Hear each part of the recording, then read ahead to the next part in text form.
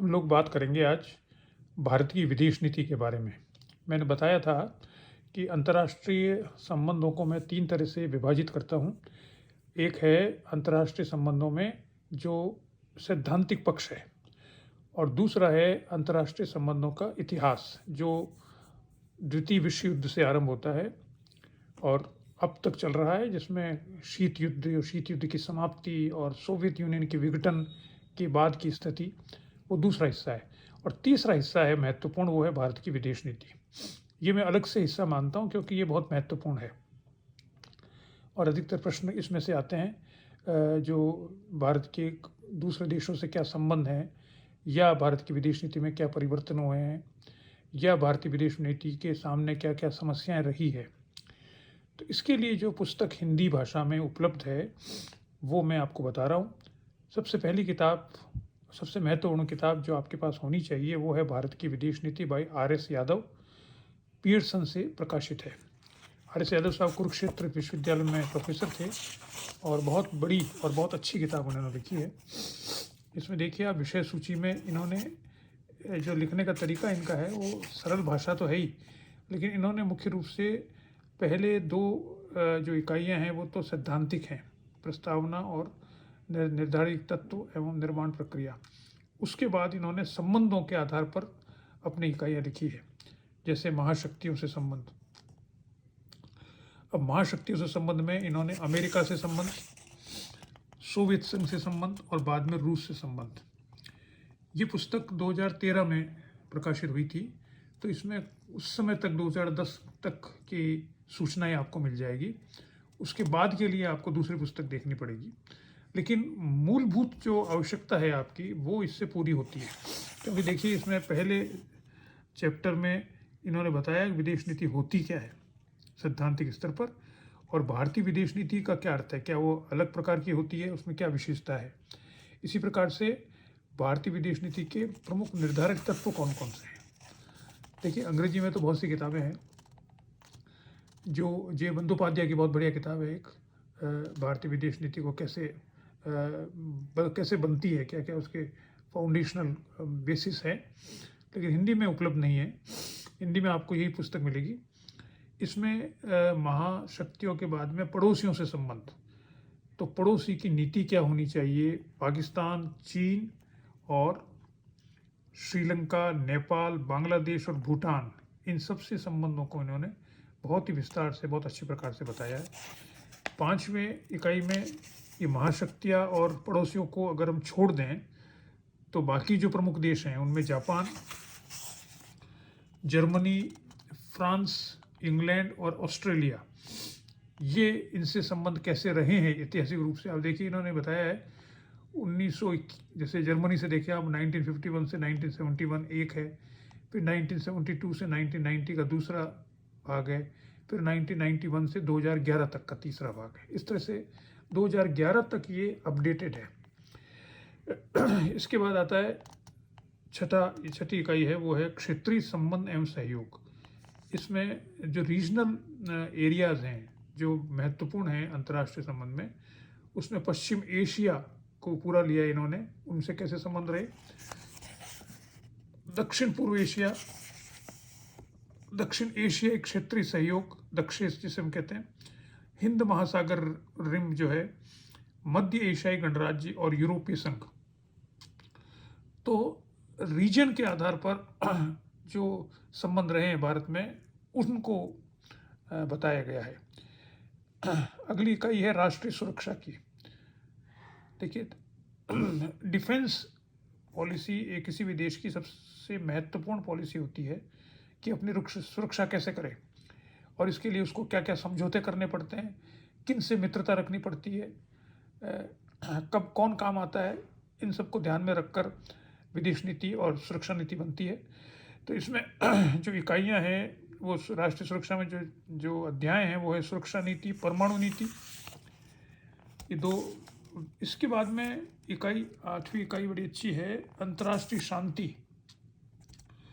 अंतर्राष्ट्रीय शांति में गुटनिरपेक्ष आंदोलन को भी सम्मिलित करते हैं, क्योंकि गुटनिरपेक्षता का अर्थ ये है कि 2 जो ब्लॉक बने हुए थे, उनके मध्य में जो तनाव था, उससे दूर रहकर अपने देश के विकास के लिए कार्य करे।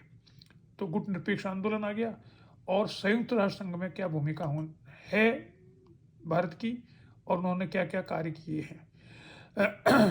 इसके बाद में आता है विदेश की आर्थिक नीति। देखिए, जो इकोनॉमिक पॉलिसी है वो भी बहुत महत्वपूर्ण होती है।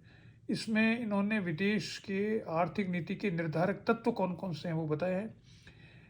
आर्थिक, दूसरा एक अध्याय है आर्थिक सहायता व गैर सरकारी पूंजी निवेश नीति बताई है। विदेश व्यापार व संयुक्त उद्यम नीति बताई है। नई अंतर्राष्ट्रीय आर्थिक व्यवस्था बताई है। अंतर्राष्ट्रीय आर्थिक संगठनों में भूमिका बताई है। आप देखेंगे कि अधिकतर जो विदेश नीति की राजनीति विज्ञान में बात करते हैं तो केवल राजनीतिक संबंधों तक सीमित रहते हैं अपने आप को, जबकि जो विदेश संबंध होते हैं वो केवल राजनीतिक नहीं होते हैं, और भी बहुत से संबंध होते हैं जो इस पुस्तक में बहुत अच्छे प्रकार से बताए गए हैं। एक और इकाई है वो है सांस्कृतिक राजनय, कल्चरल डिप्लोमेसी। इसमें प्रवासी भारतीयों के संबंध में क्या नीति रही है भारत की। प्रवासी भारतीय बहुत महत्वपूर्ण बनते जा रहे हैं पूरे विश्व में, विशेष रूप से जो विकसित देश हैं उनमें उनकी भूमिका महत्वपूर्ण हो रही है। देखिए आप, अभी इंग्लैंड में कुछ दिन पहले तक भारत के वंशी, अभी भी है वो प्रधानमंत्री वहाँ पर, और अब अमेरिका में जो है वो आप देखिए कि जो चुनाव लड़ रहे हैं राष्ट्रपति के, उसमें जो महिला चुनाव लड़ रही है वो भी कमला हैरिस, वो भी आदि भारतीय है। अब देखिए इसके बाद में अंतर्राष्ट्रीय परिवेश क्या है। परिवर्तित अंतर्राष्ट्रीय परिवेश का विदेश नीति पर प्रभाव, यानी इंटरनेशनल कॉन्टेक्स्ट को देखा इन्होंने, और उसके में जो परिवर्तन हुए उसको देखते हुए भारतीय विदेश नीति में क्या क्या परिवर्तन किए गए उसके बारे में इसमें बहुत विस्तार से बताया गया है। अंत में दो चैप्टर्स इन्होंने हैं, समीक्षा और निष्कर्ष, जो भारतीय विदेश नीति की एक, जिसे कह सकते हैं कि ये जितने भी जो अध्याय हैं उन सबकी समीक्षा करके इसमें प्रस्तुत किया गया है। तो लगभग देखिए अब इसमें 38 अध्याय हैं इसमें, और ये पुस्तक है आपकी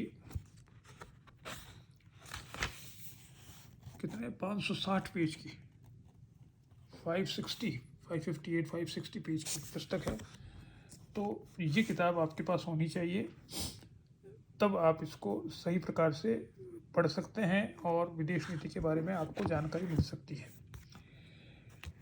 इसके अलावा जब 2011 से बाद में अगर आप और पढ़ना चाहें, और एक वैकल्पिक पुस्तक भी आपके पास होनी चाहिए, वो है ये भारतीय विदेश नीति जे.एन. दीक्षित की।